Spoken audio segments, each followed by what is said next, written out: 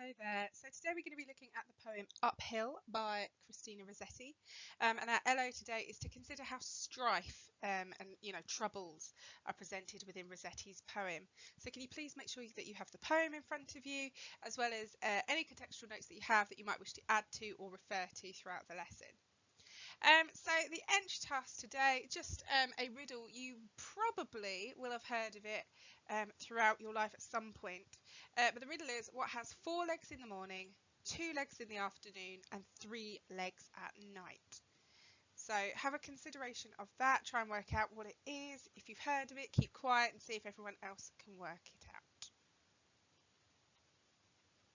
So the poem then, Uphill. Does the road wind uphill all the way? Yes, to the very end.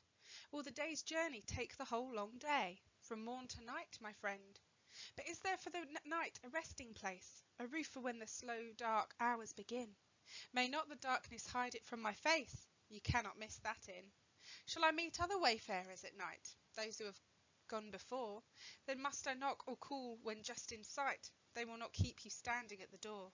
Shall I find comfort, travel sore and weak? Of labour you shall find the sum. Will there be beds for me and all who seek? Ye, beds for all who come.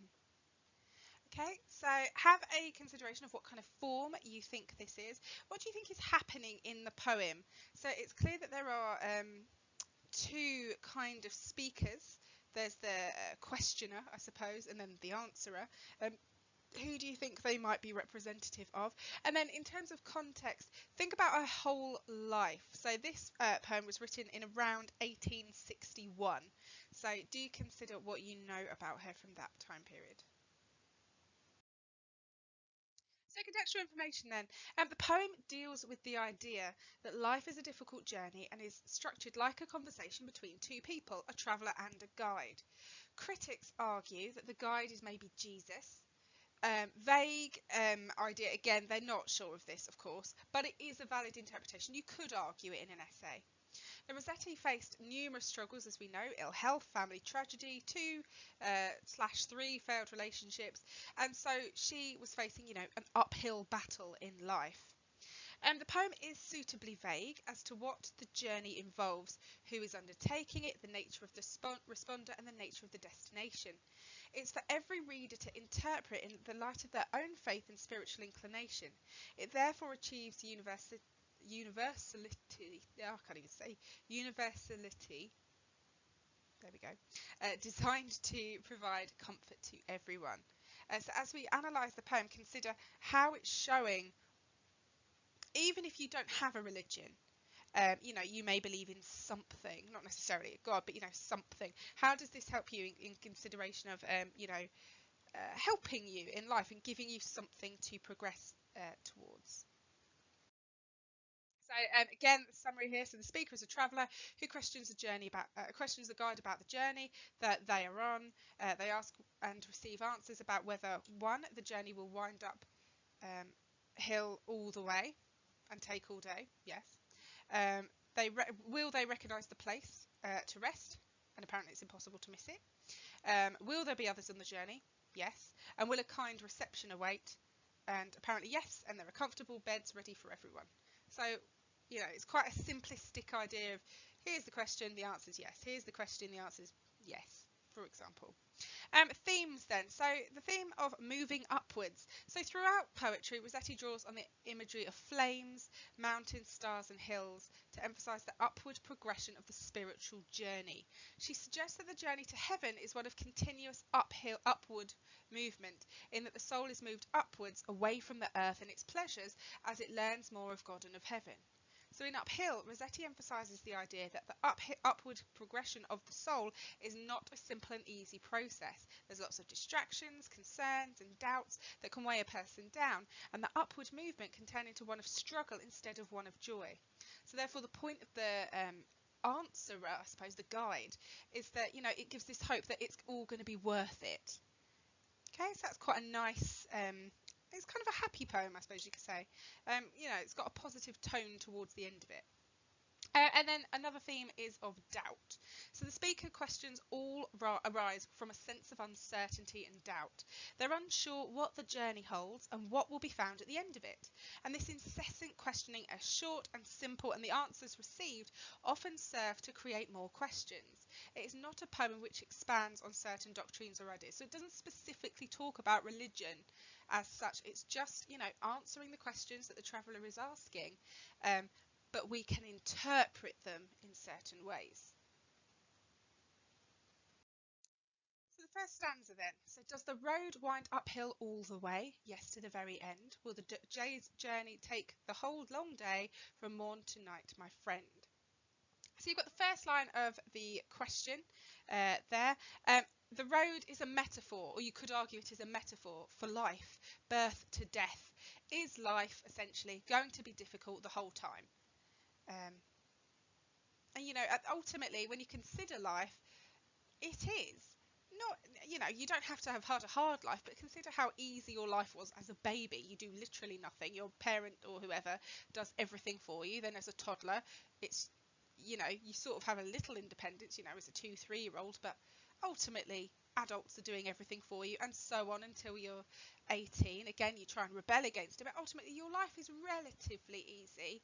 And then as you get older, you take on more responsibilities, and you get older and older, and you get ill health, etc. Life does get harder in a very stereotypical life.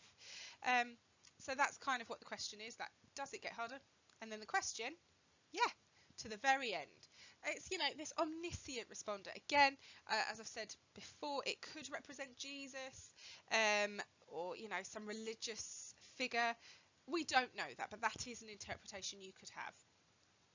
And then the final bit of that from morning to night, my friend. That my friend could be an allusion to the Gospel of John 15:14-15, in which Jesus says, "You are my friends if you do what I command. I no longer call you servants, because servants do not know their master's business. Instead, I have called you friends. For everything that I learned from my Father, I have made known to you." And this passage would have been very, very familiar to Rossetti's Victorian readers, and of course Rossetti herself. So it's this idea that even if this omniscient responder is Jesus, the fact that they're calling them my friend, they're almost level in power, I suppose. If you look at the yellow box on the bottom left there, I've talked about a method of teaching in the Christian church whereby the student, or scholar as they're traditionally called, is asked particular questions about themselves and their relationship to God, and they're expected to reply with a standardized answer. And that is called catechism, I want to say. Not 100% on how you pronounce it, but I believe it's that. So there are these standardized answers, and these answers are answered very swiftly. Does the road wind uphill the whole way? Yes, to the very end. It's very quickly answered, and every question throughout it is very answered. Perhaps it is learned by rote, or perhaps it is Jesus, and they're able to answer very quickly. Next stanza then. But is there for the night a resting place, a roof for when the slow dark hours begin? May not the darkness hide it from my face? You cannot miss that in. So you've got the conjunction at the very start of that stanza. It indicates doubt, but indicates doubt. And then a roof for when the slow dark hours begin could be at the moments before death. The slow dark hours could be representative of death. And the roof suggests that there is this idea of protection, a place to rest and of peace at the very end of life.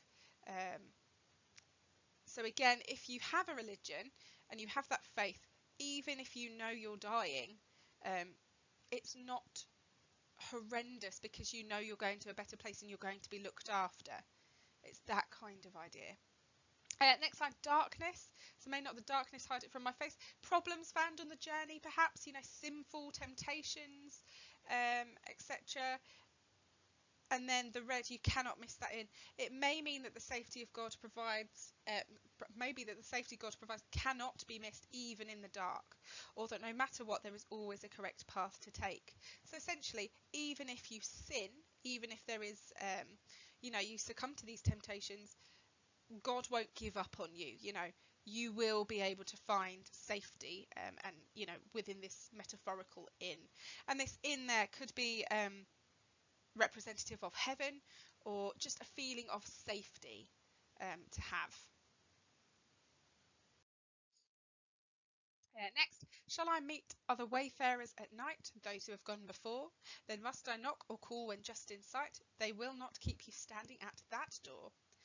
So wayfarers, another word for travellers. Again, speaker is talking about the idea that others are on the journey too, and they actually feel comfort in that. Shall I meet other travellers today or tonight? Sorry, and they feel comfort in the fact that there might be other people doing this journey with them.